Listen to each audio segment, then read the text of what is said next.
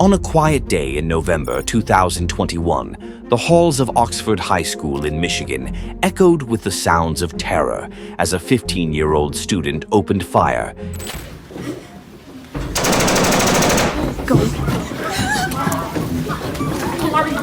killing 4 classmates and injuring several others.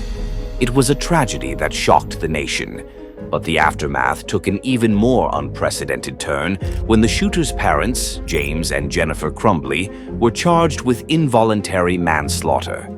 In a rare and controversial legal move, prosecutors argued that the parents were partly responsible for the deadly shooting due to their negligence and failure to secure the weapon used in the attack. Today, we'll explore the chilling details of the Oxford High School shooting, the charges brought against James and Jennifer Crumbley, and what this case means for the future of gun control and parental responsibility in America. On November 30th, 2021, students at Oxford High School in Oakland County, Michigan, began their day like any other. But shortly before 1 p.m., chaos erupted. A 15-year-old sophomore, Ethan Crumbley, armed with a semi-automatic handgun, opened fire in the hallways of the school. Over the course of several minutes, Ethan fatally shot 4 students, Tate Meyer, Madison Baldwin, Hannah St. Juliana, and Justin Schilling, and wounded 7 others, including a teacher. The horrifying attack sent shockwaves through the community. As students fled and hid in classrooms, law enforcement officers rushed to the scene. Ethan was apprehended within minutes, still in possession of the gun, which was later revealed to be a 9mm Sig Sauer handgun that had been purchased just days earlier by his father, James Crumbley. The immediate aftermath of the shooting was filled with grief, anger, and confusion. Oxford High School was left shattered, and the community mourned the loss of young lives. As details about the shooter's behavior and background emerged, it became clear that there had been warning signs leading up to the tragedy. In the days before the shooting, Ethan had exhibited troubling behavior, including drawing violent images and making disturbing statements. However, it wasn't just Ethan who came under scrutiny. Investigators began looking closely at his parents, James and Jennifer Crumbley, who had purchased the firearm and allegedly ignored alarming signs that their son was in crisis. Soon, the focus of the investigation shifted toward the parents and their potential role in the deadly events of that day.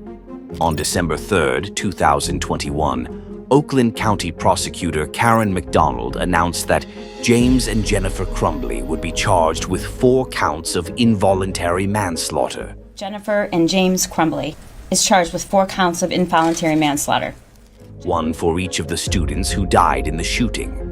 This marked an unusual and groundbreaking legal move, as parents are rarely held criminally accountable for the actions of their children, particularly in school shootings.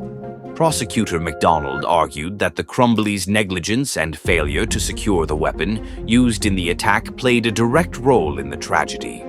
According to the charges, the Crumbleys had purchased the handgun for Ethan as an early Christmas gift just days before the shooting.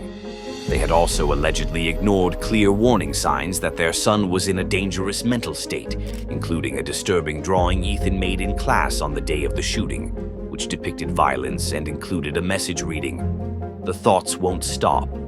Help me." The charges against James and Jennifer Crumbley were largely based on their actions, or lack thereof, in the days leading up to the shooting, particularly on the morning of November 30th. That morning, Ethan had been caught by a teacher drawing a violent image on his worksheet. The drawing included a depiction of a gun, a bullet, and a bleeding figure, along with the chilling words, "Blood everywhere," and "The world is dead." Concerned by what they saw, school officials contacted Ethan's parents and demanded a meeting. James and Jennifer Crumbley were called to the school that day to discuss their son's behavior. During the meeting, the parents were shown the disturbing drawings, but they allegedly downplayed their significance, insisting that Ethan was fine. Shockingly, they declined to take him home despite the school's concerns and left him at school with his backpack, inside of which was the gun he would use just hours later to carry out the attack, Prosecutors argued that the Crumbleys' failure to act on these red flags, coupled with their decision to purchase a firearm for their son and not secure it properly, made them criminally negligent in the deaths of the 4 students. The decision to charge James and Jennifer Crumbley with involuntary manslaughter sparked a significant legal debate. It marked one of the first times in U.S. history that the parents of a school shooter were charged in connection with their child's actions.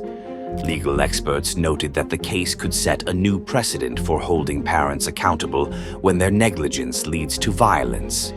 Involuntary manslaughter is a charge that typically applies when someone acts with gross negligence or recklessness, resulting in the death of another person. Prosecutors in the Crumbley case argued that by purchasing a firearm for their son and failing to secure it, the Crumbleys acted with reckless disregard for the safety of others. If the Crumbleys are convicted, it could open the door for similar charges in future cases, potentially changing the way the legal system approaches parental responsibility in incidents of gun violence. The Crumbleys' defense attorneys have fought the charges, arguing that while the parents made poor decisions, they are not responsible for the actions of their son. The defense has pointed out that Ethan Crumbley was the one who planned and executed the shooting, and that it is unfair to hold his parents accountable for his crimes. They also argued that James and Jennifer had no way of knowing that their son would commit such a horrific act, and that blaming them for the actions of a disturbed teenager sets a dangerous legal precedent. The defense team has sought to focus attention on Ethan's mental state and the school's response to the warning signs, suggesting that school officials should have taken stronger action to prevent the shooting. Despite these arguments, the prosecution has remained firm in their belief that the Crumbleys' negligence and failure to secure their firearm directly contributed to the tragedy. That gun owners have a responsibility. When they fail to uphold that responsibility, there are serious and criminal consequences. The Oxford High School shooting and the charges against the Crumbleys have reignited the national debate over gun control in America. Advocates for stricter gun laws argue that this case highlights the need for more stringent regulations around firearm ownership, particularly when it comes to securing weapons in households with minors. In the wake of the shooting, many have called for laws requiring gun owners to lock up their firearms and prevent children from accessing them.